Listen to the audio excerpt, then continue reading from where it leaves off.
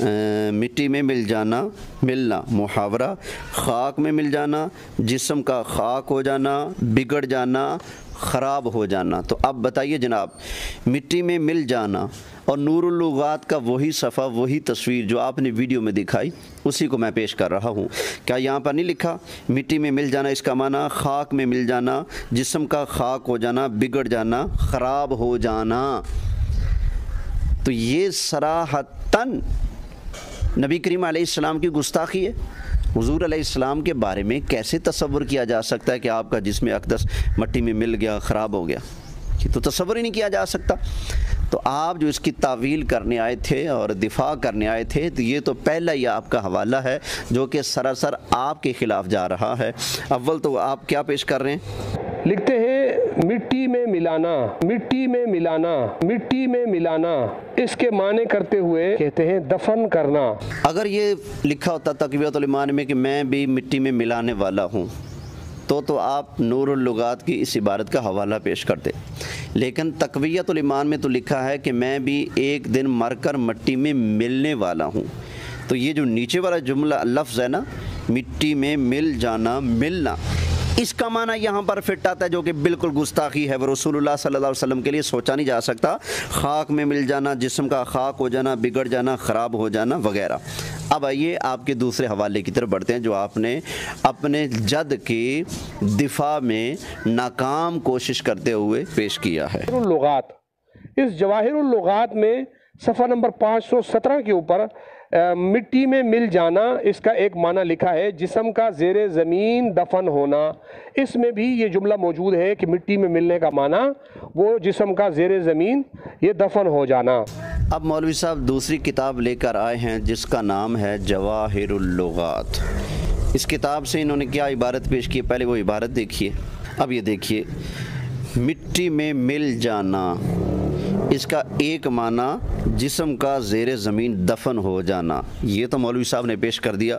لیکن مولوی صاحب جو پیچھے لکھا ہے مٹی میں مل جانا، تباہ و برباد ہونا، خراب ہونا۔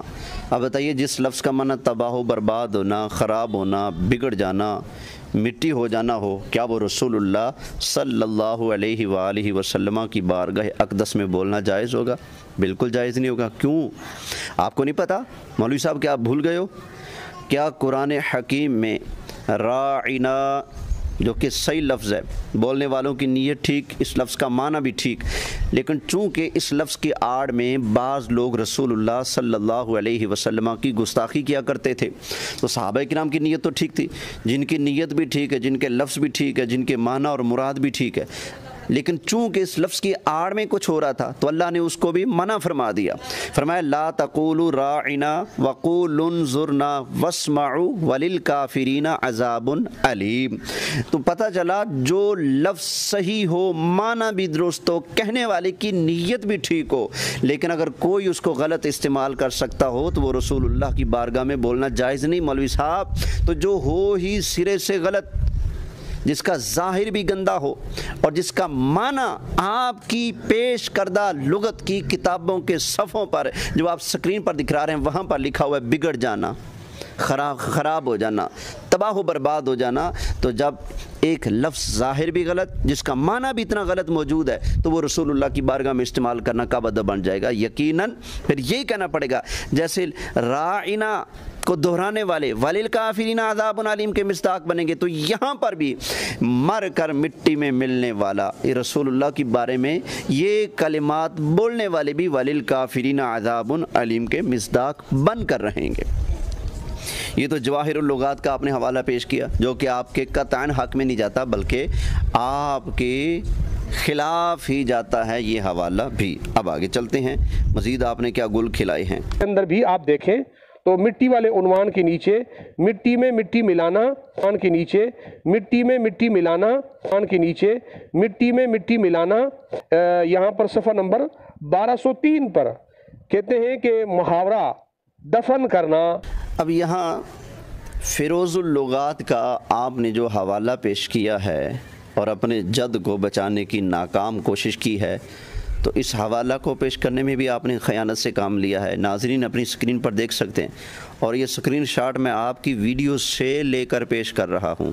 اسماعیل دہلوی کی عبارت ہے، میں بھی ایک دن مر کر مٹی میں ملنے والا ہوں، ملانے والا نہیں۔ آپ کسی اور لفظ کا معنی پیش کر رہے ہیں یہاں سے، جو کہ آپ کے خلاف جاتا ہے۔ وہ بھی یہاں پر دیکھیں، آپ کا جو لفظ ہے جس کا آپ نے معنی تلاش کیا، مٹی میں ملانا، اس کا معنی کیا؟ دفن کرنا۔ آگے بھی پڑھتے نا، مٹانا، ناپید کرنا۔ تو کیا نبی کریم علیہ السلام مٹنے والے ہیں، ناپید ہونے والے ہیں؟ تو آپ کے اس تجویز کردہ لفظ سے بھی نکھر کر سامنے آ رہا ہے کہ یہ اس کے اندر گستاخی موجود ہے۔ اور دوسرا، تقویت الایمان میں تو ہے کہ مر کر مٹی میں ملنے والا ہوں، تو یہاں پر فیروز اللغات سے میں اس لفظ کا معنی پیش کرتا ہوں آپ کی پیش کردہ کتاب سے۔ مٹی میں مل جانا، ملنا محاورہ، خاک میں مل جانا، جسم کا خاک ہو جانا، بگڑ جانا، خراب ہو جانا۔ جناب جی، یہ وہ لفظ ہے جو تیرے ڈیڈی جان اسماعیل دہلوی نے تقویت الایمان میں لکھا ہے، اور اس کا معنی کیا بنتا ہے؟ مٹی میں مل جانا، ملنا، خاک میں مل جانا، جسم کا خاک ہو جانا، بگڑ جانا، خراب ہو جانا۔ اب بگڑ جانا، خراب ہو جانا، مٹی ہو جانا، اس لفظ کا یہ معنی بن رہا ہے، اس لیے تو اس لفظ کو ہاتھ نہیں لگاتا، بلکہ دھوکہ دینے کے لیے اس کی تصویر دکھاتا ہے، لیکن معنی اوپر والے لفظ کا پڑتا ہے۔ اب آئیے ذرا اگلا حوالہ جو آپ نے پیش کیا، چوتھا گل کھلایا، وہ بھی چیک کر لیتے ہیں کیا ہے۔ اور اس کا معنی دفن کرنا ہوتا ہے، نہ یہ کہ یہ زبردستی اس سے ایک معنی مراد لے کر اور پھر اس پر اس کو گستاخی قرار دیتے ہیں۔ مولوی صاحب، یہ معنی زبردستی نہیں لیا جا رہا، آپ تو کہہ رہے زبردستی معنی بنایا جا رہا ہے، نہ، یہ آپ کی اپنی پیش کردہ کتابوں کے اندر اس لفظ کا یہ معنی موجود ہے، یہ زبردستی معنی نہیں کیا جا رہا۔ آگے چلیے، اب آپ کتاب لے کر آئے ہو اظہر اللغات، دیکھتے ہیں جی اظہر اللغات سے آپ کیا ظاہر کرتے ہیں، اور آپ بھی جھوٹ موٹ بول کر کچھ زیادہ ہی اظہر بننا چاہتے ہو۔ اور اس کے صفحہ نمبر 992 کے اوپر مٹی میں ملانا، اس کا ایک معنی آگے لکھا ہے محاورہ، باقاعدہ لکھا ہوا ہے کہ یہ محاورہ ہے۔ اور اظہر اللغات سے آپ کو سکرین شاٹ دکھانے کی ضرورت تو ہو گئی، تصویر دکھانے کی، لیکن پڑھنے کی ضرورت نہیں ہو سکی۔ آپ نے یہاں پر بھی دھوکے سے کام لیا۔ اسماعیل دہلوی نے لکھا ہے مٹی میں ملنا، میں بھی مر کر مٹی میں ملنے والا ہوں، اور آپ جس لفظ کا معنی پڑھیں وہ لفظ ہے مٹی میں ملانا۔ مٹی میں ملنے والا، مٹی میں ملانے والا، ان میں فرق آپ کو نہیں آتا۔ آپ نے جو معنی یہاں سے کیا، پہلے وہ پیش کر دیتا ہوں۔ مٹی میں ملانا، یہاں پر بھی دیکھ لیں مٹی میں ملانے کا معنی کیا لکھا ہے اظہر اللغات میں، پتہ نہیں آپ پر یہ ظاہر نہیں ہوا کیونکہ آپ تو کچھ زیادہ ہی ازر بنے ہوئے ہو۔ یہاں پر ہے محاورہ، مٹانا، خاک میں ملانا، بے نشان کر دینا، دفن کر دینا، دابنا، برباد کر دینا، کھو دینا، ضائع کرنا، بے مزہ کرنا، یہ اس لفظ کے معنی لکھے ہوئے ہیں۔ تو یہ آپ کے پیش کردہ کتاب بھی تو آپ کے خلاف ہی جا رہی ہے۔ کیا اس لفظ کے یہ معنی، ان کا اطلاق رسول اللہ کی ذات پر ہو سکتا ہے؟ یقیناً نہیں ہو سکتا۔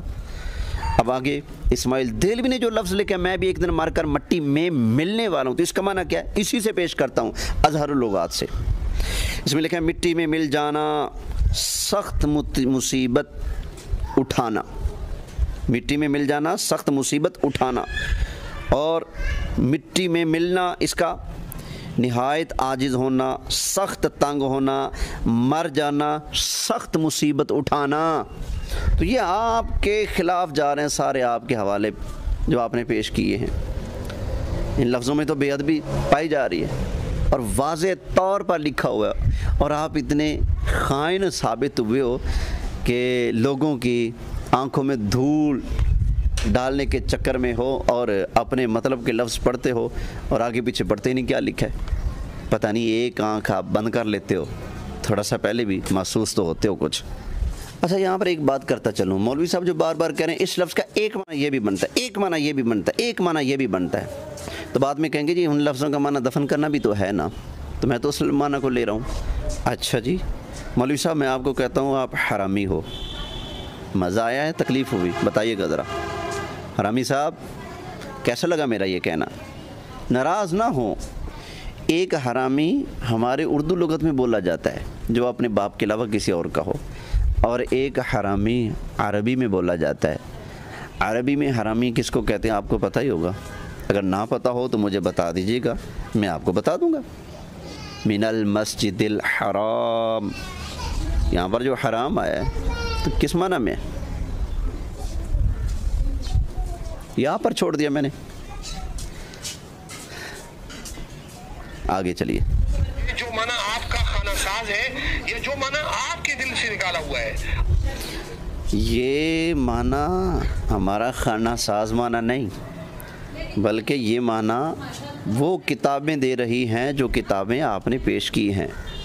آپ خانہ ساز عبارتیں لکھ کر ان کی خانہ ساز تعویلیں کرنے کی کوشش کر رہے ہیں، جبکہ ہم نے جو اس پر گرفت کی ہے کہ اس کے اندر یہ چیز پائی جاتی ہے اور اس وجہ سے یہ جملہ گستاخی ہے، وہ تو آپ کی اپنی پیش کردہ کتابیں بھی ہماری صداقت کی گواہی دے رہی ہیں۔ نبی پاک صلی اللہ علیہ وسلم کے جسم اقدس کی مٹی ہو جانا، اس کا عقیدہ نہ شاہ اسماعیل شہید رحمۃ اللہ علیہ کا ہے۔ نبی پاک صلی اللہ علیہ وسلم کے جسم کا مٹی ہو جانا اسماعیل دہلوی کا عقیدہ کیوں نہیں بھائی؟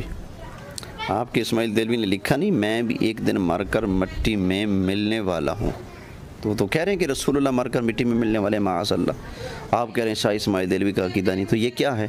پیر مہر علی شاہ صاحب کی کتاب ہے میرات العرفان۔ میرات العرفان میں پیر مہر علی شاہ صاحب رحمہ اللہ کی صفحہ نمبر 28 پر ہے کہ سونی صورت فاطمہ جائی آج خاکچ بئی رول دی ہے۔ پھر اس آدمی نے حضرت پیر مہر علی شاہ صاحب رحمۃ اللہ تعالی علیہ کی جو آپ کے کلام پر مشتمل کتاب ہے میرات العرفان، اس میں سے ایک حوالہ پیش کیا، وہ سونی صورت فاطمہ جائی آج خاک وچ پئی رل دیے، تو اس کو یہ اپنے جد کے دفاع میں پیش کر رہے ہیں۔ جناب بتائیے کیا امام علی مقام رضی اللہ تعالی عنہ کی شہادت نہیں ہوئی؟ کیا آپ کی شہادت کے بعد آپ کا جسم مبارک خاک پر نہیں تھا؟ کیا آپ کے سر انور کو آپ کے جسم سے کاٹ کر جدا نہیں کیا گیا؟ کیا آپ کے جد یزید نے حضرت امام حسین رضی اللہ تعالی عنہ اور آپ کے ساتھیوں پر ظلم و ستم نہیں کیا؟ آپ کو ظلماً شہید نہیں کیا؟ یقیناً کیا ہے۔ تو کیا آپ کے جسم مبارک پر، آپ کی لاش کے اوپر انہوں نے اپنے گھوڑے نہیں دوڑائے؟ کیا آپ کے جسم کے ساتھ مٹی نے اس وقت مس نہیں کیا؟ بتائیے، جب یہ سب کچھ ہوا ہے تو یہ کہہ دینا، یہ محسوس کر کے وہ خاک ہے، اور خاک میں رسول اللہ صلی اللہ علیہ وآلہ وسلم کے نواسے حضرت سیدنا امام حسین رضی اللہ تعالی عنہ کا جسم مبارک خاک میں پڑا ہوا ہے، اور اس کو دیکھ کر یہ کہہ دینا کہ سونی صورت فاطمہ جائی آج خاک وچ پئی رول دیے، مطلب کہ آج آپ کا جسم مبارک جس کو سیدہ زہرا نے جنم دیا تھا وہ آج مٹی میں پڑا ہوا ہے۔ تو یہ تو بالکل مقتضائے حال کے عین مطابق ہے پیر صاحب کا کلام، لیکن جو آپ نے کہا ہے اس کے خلاف پر تو نص موجود ہے، قرآن کریم کی نصوص موجود ہیں۔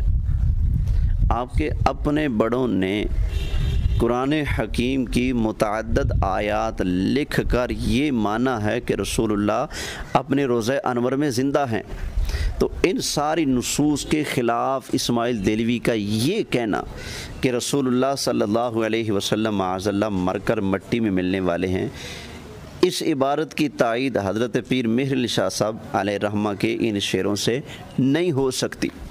کیوں؟ وہ تو جو ایک کیفیت، ایک وقتی طور پر جو حال اور کیفیت پایا گیا اس کو انہوں نے بیان کیا ہے، لیکن آپ کے بزرگ تو رسول اللہ کے بارے میں کہہ رہے ہیں کہ مر کر مٹی میں ملنے والے ہیں۔ اس لفظ میں خاک وچ پئی رول دیے اور مر کر مٹی میں ملنے والا ہوں، ان لفظوں میں آپ کو فرق محسوس نہیں ہوتا؟ مولوی صاحب ادھر ادھر کی مت لگا، تو سیدھا کیوں نہیں کہہ دیتا کہ تیرے جد سے یہ گستاخی ہوئی ہے، وہ بے ادبی بول کر بیٹھا ہے، اگر اس کا خاتمہ ایمان پر ہوا ہے، توبہ کر کے مرا ہے، اللہ اس کی غلطیوں سے درگزر فرمائے، وگرنہ اگر وہ انہی کفریات پر مرا ہے تو علیہ ما علیہ، اللہ اس کے ساتھ وہی معاملہ کرے گا جس کا وہ حقدار ہے۔ تو آپ ان کی گستاخیوں پر اڑ کر، بے جا ضد کر کے، غلط تعویلات کر کے کیوں خود بھی جہنم کے اندر گر رہے ہیں اور لوگوں کو بھی گرانے کے چکر میں ہیں؟ پروردگار سے دعا کرتا ہوں آپ کے ان دھوکے بازیوں اور مکاریوں اور فراڈ بازیوں سے اللہ تعالیٰ اس امت مسلمہ کو محفوظ فرمائے۔ وآخر دعوانا ان الحمد للہ رب العالمین۔